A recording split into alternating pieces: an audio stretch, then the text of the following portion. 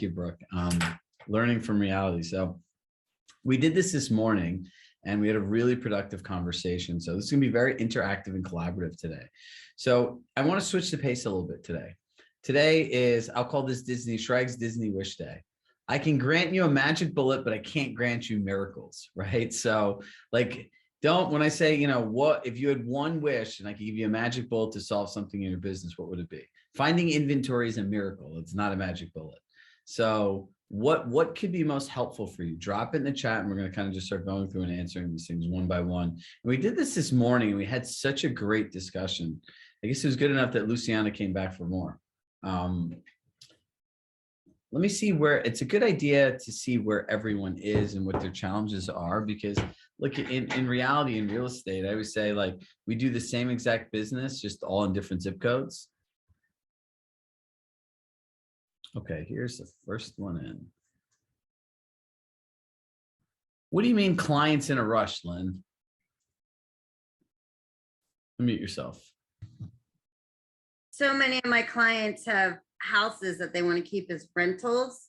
And so they're being very picky and not, in a rush. And like, it seems to be all of them right now. You mean clients not in a rush? Yes, clients not in a rush. Sorry, clients not in a rush. Sorry. I've only had 2 sips of coffee. I was wondering, my cup of joe took a little longer than expected too. Well, let me get mine.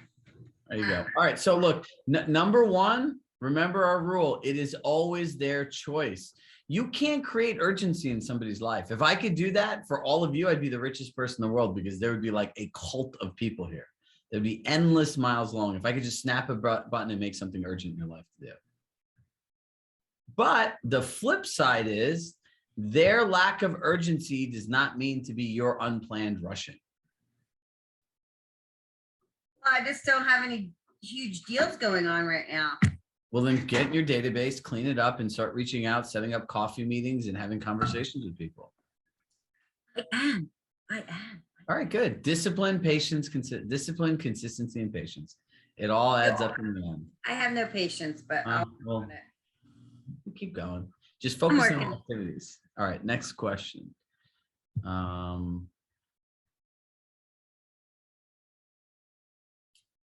Amanda, that's a great question. So in time blocking, someone else actually said this morning. You need to find an accountability partner. Ever so often, I'll share this. My chief of staff, Deborah, will stick me in a Zoom meeting and be like, let's just do the work now. And I figured out the reason she did it is that I had to do it and I couldn't look at my phone. I couldn't go, I couldn't do anything. So a lot of times we'll show up better for other people than we'll show up for themselves. So find someone else that has the same challenge and just get on Zoom like this and commit to what you're doing, and having just another human being there will make all the difference. Getting your buyers to offer their highest and best. And what does that mean? I know what it means, but give me some more context. Unmute yourself. I think my buyers still think they can get a deal, and like say the houses on average here that they want to be is like maybe a little bit under 2 million, and they're like really shy. They're like at 1.75.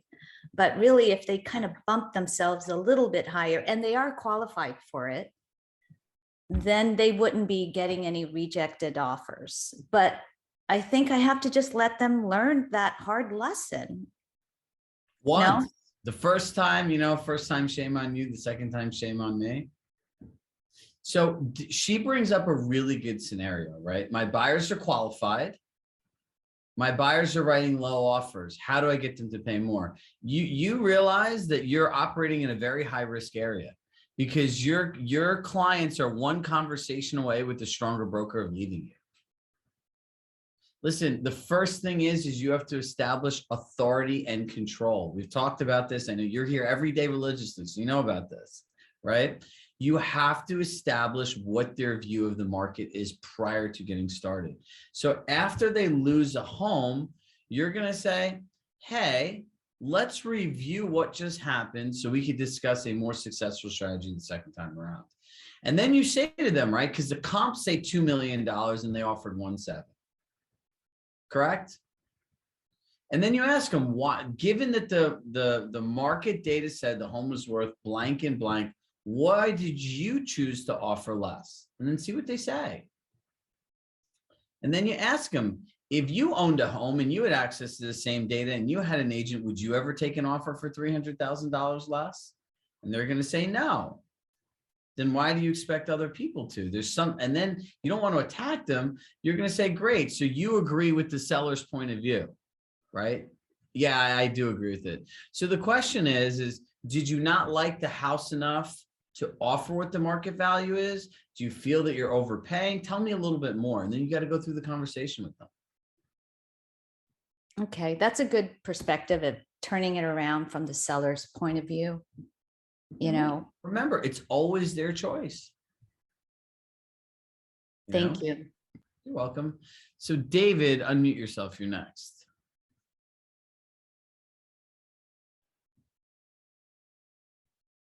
When you say setting up systems to automate your business, what does that mean specifically? Can you hear me? Mm-hmm. Okay. I don't know. I just find that the most successful people seem to have their business on autopilot. It's done the same way every time. And I just find it seems like every time I do it, it seems, or every deal seems new and different each time. Got it. Well, look, the best way to do this is to get one of these things, right? Yep. Not one of those. And I would literally write down every step in your process. Okay. Right. And then I would build it into your CRM as a custom checklist. Okay.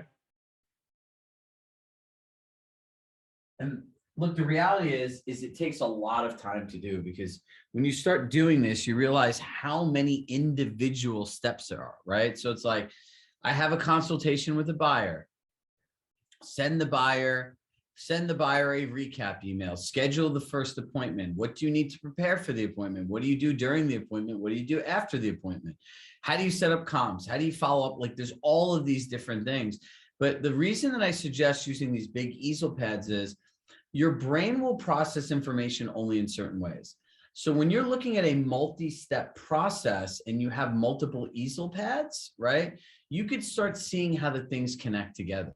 So I'll give you an example. When we did the 10 by 10 with Compass, I wanted to make 10 brand new sessions. I didn't want to do anything I've ever done before, right? I'm just a glutton for new and punishment that way. They're like, why don't you want to use anything? I was like, I don't know. I was like, I want to make something new. It's a whole big thing. So we literally put 10 pieces of, we ripped 10 pieces of paper off and we put all 10 of them across the wall and we filled out all of the sessions. Then at the end of doing it, we looked at the continuity and the journey of the customer. And then we're like, well, we should get rid of this. This one doesn't make sense. These things are duplicative and everything else. So unless you don't look before, during, and after the transaction and map the whole thing out, you really don't ever understand the journey of your customer. Got it. Thank you. No problem. Best farming tip: I'm working with Tell now in their areas organizing plan, doing monthly markup, doing markup. And I think that's solid, right? The combination of sending mail 1 to 2 times a month, plus actually going to see people, right? And the key is giving real value add. Remember this for anyone doing farming or door knocking. It's so funny how in where you are in California, you can door knock. Angela, imagine somebody came to your house and knocked on your door in Scarsdale as a real estate agent with like information, or if somebody knocked on my door, I'd be like, what are you doing here? Right? And then my dog would probably scare the life out of them. But outside of that, like, you need to add value, right? So if you think about it, it's like a science experiment. There are observations and inferences. Like, a clear observation is, this is how many properties sold, this is how many went into contract, and this is what it is. An inference, it is a conclusion based on the data. What we're seeing, and provide your local perspective, right? Because that's what people are literally going to hire you for. Sound good? So I see Desiree just joined. What we're doing is, if you had a Disney wish and you could ask one question that would solve something in your business. If you have a question, you can put it in the chat. If not, nice hat. I wish every Compass agent had a template for a video and post to showcase their area, so people would retire the newer areas with cheaper taxes. That's a good wish, but we need a wish that you can actually do. So what I would do if I were you is, don't worry me, I have something for you. I would find what all of those retirement areas are and say, hey, I'm looking to collaborate with people. Have you ever thought about making community content that I could share with my databases? This is a place I think people might move to. And then you kind of do these joint collaborations through email. I've been doing that. So there's like 4 areas like Nashville, Austin, I can't remember, but North Carolina. So I repost the IG stories from Pridemore Properties because Charlotte is, Scott's the man. yeah, yeah. So like I just repost their stories because I feel like that will familiarize any referrals I have with their faces. And then when they do, like they did a recent hiking story with gorgeous photos, so I repost that. I just wish everybody would do it. That's my wish. Well, what we can always do is I think what she identified for all of us is a good lead generation opportunity, both for clients and both for collaborations with agents. Amanda, I love how curious you are. Matt, I'm going to get back to your comment. Let me swing back. I love how curious you are in your inquiry. You're not steering the buyer towards answers, you're steering them towards neutral. What do you mean by that? When you were responding to Anne, your questions, like we so often have an agenda, right? We want them to come up in their offer price. And so I sometimes, you feel that kind of like angst when you're speaking with the buyer around wanting them to understand your point. But when you were inquiring with Anne as a buyer's agent, it really was, it didn't have that. And I think that feels really different to the client. So, and I think that's an art and something I could really practice to improve. Send me an email after this. We have another program that we're doing called Blueprint, which is all about that exactly. Okay. So if you think about this, right? You heard what she said. It's like, remember those 6 commandments that we had? Don't be attached to the outcome. Listen, if they don't want to come up in price, then they're not going to buy a house. That's their problem.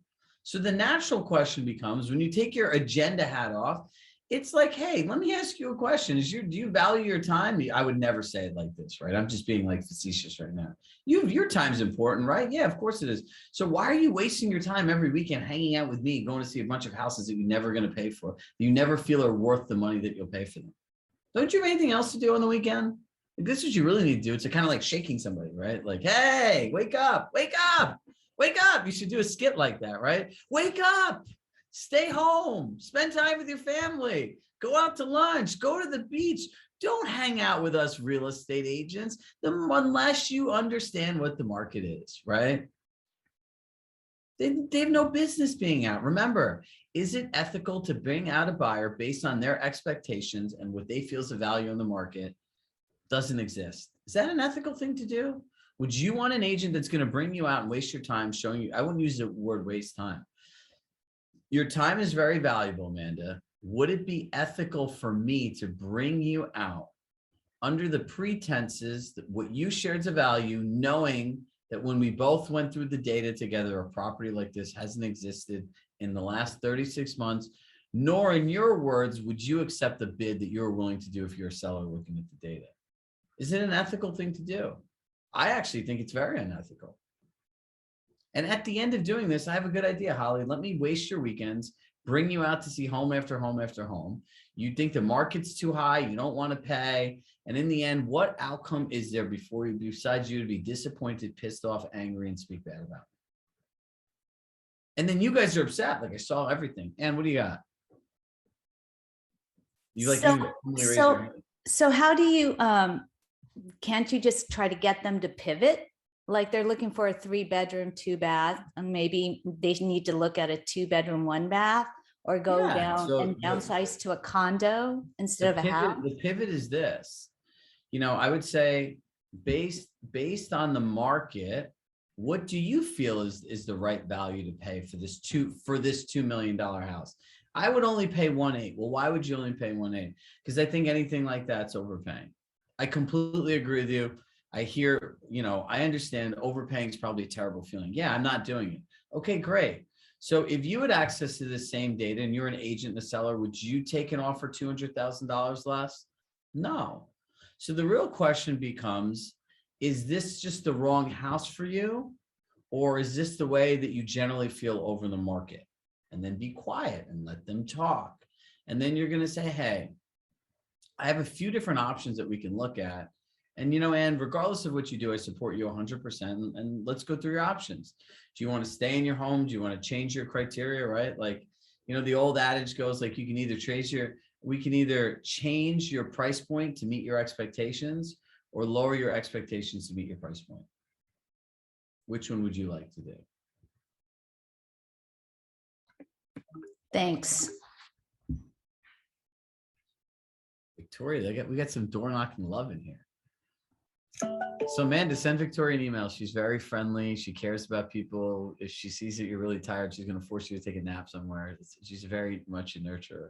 And this is a real life experience I actually had at the last Compass retreat. She's like, you look exhausted.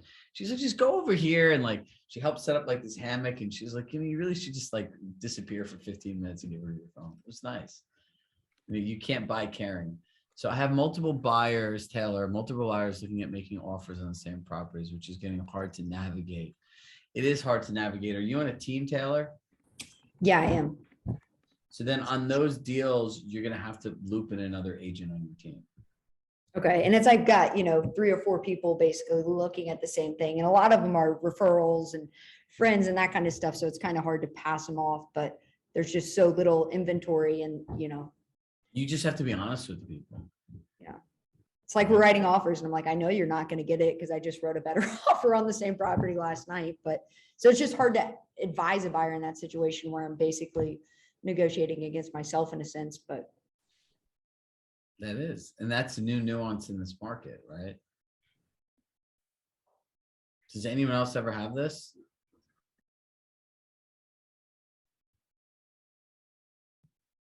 That same challenge? No. All right. You're unique. There's other people out there. Is this helpful for everybody, right? To like really actually go through what's going on in the world. Training is always about new and shiny, right? And I find often enough, it's not about like what's going on today, right? It's like most people go to therapy to solve a problem for today. And somehow they end up 20 years in the past, more broken than when they started. It's like you came in with a little crack and all of a sudden you have something like this. And now you're like, this is unbearable, right? So the goal of being a good coach and a good partner is really understanding where you are in your business and what would be most helpful to you. And I know a lot of these dialogues we had today are helpful for everybody. So a couple of things to go over, right? Number one, you can't create urgency for anybody. You can't make somebody do something. Moving is a choice. Number two, what people want to offer for properties and everything else, that's their choice too. It doesn't matter what they do. It's up to them, not you. Stop putting that burden on yourself. Just let it go. Number three, if you're not practicing these dialogues, I don't know what you're doing. Literally, I don't know what you're doing. You have the people, the place, and the thing of what to say in front of you. If you want to beat out your competitors, this is where you have to focus, right? Because the market is always going to be the market. But these core skills are core skills, and the way you need to kind of tweak them a little bit is for today's market. So find the 15 minutes in your day, to practice.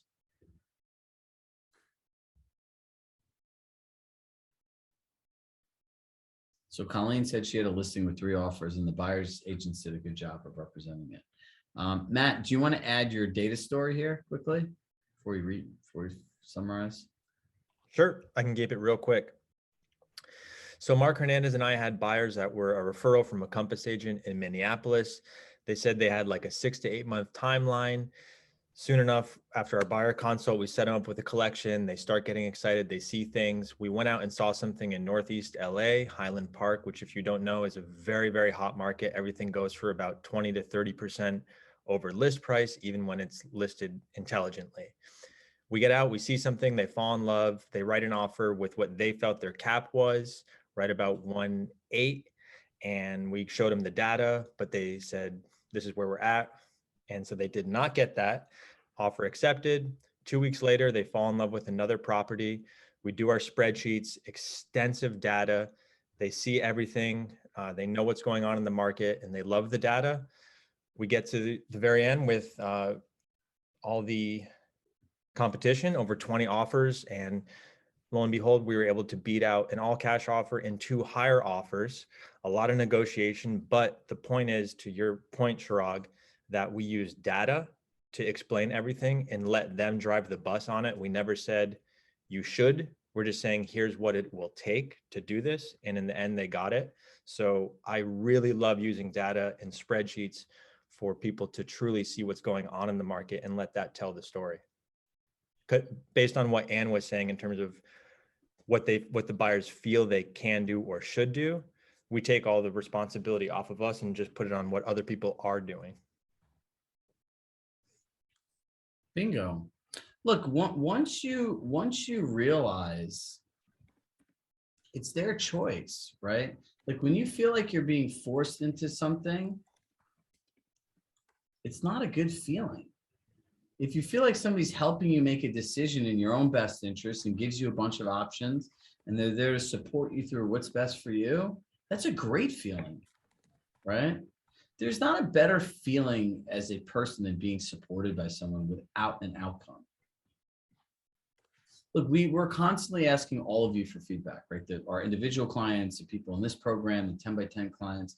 You know what the number one feedback that we get always is that I actually care about the people, right? Like it almost has nothing to do with all the training and everything else, which I think is like a huge value. But the fact that I don't think there's anyone on here that would come here every day that would not show up here if they think I didn't care, right? Like if I was just trying to teach you how to like do a deal or this or that, it was like uberly salesy. I genuinely want every person I come into contact with to have a better business and a better life, not just to sell another house, right? Like if you think about when things go wrong in your life, right? Like when you're here today, you want a million different things. Now go underwater and have a hard time breathing. All you want is a breath of air, which is something that's really simple, right? So when you start thinking about that, start thinking about your clients, start thinking about yourself, start thinking about how you can show people you care. And being able to have these dialogues is an actual skill. An actual skill. You have to be willing to invest the time into yourselves to do it. If not, your life is just going to be filled with the same challenges over and over and over and over again. And by the way, your clients' lives get better, your lives get better, and you get better quality clients and you actually get paid. It's like a magic trick. Right? So are there any other questions?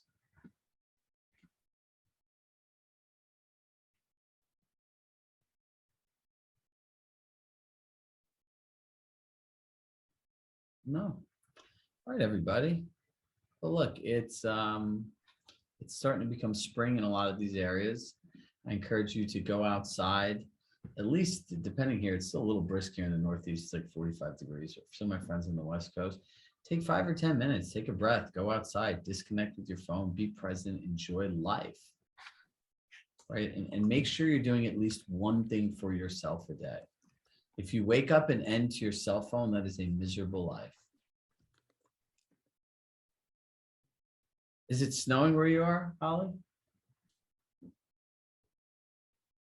It's going to be 87. We need to get on a plane and go visit Victoria.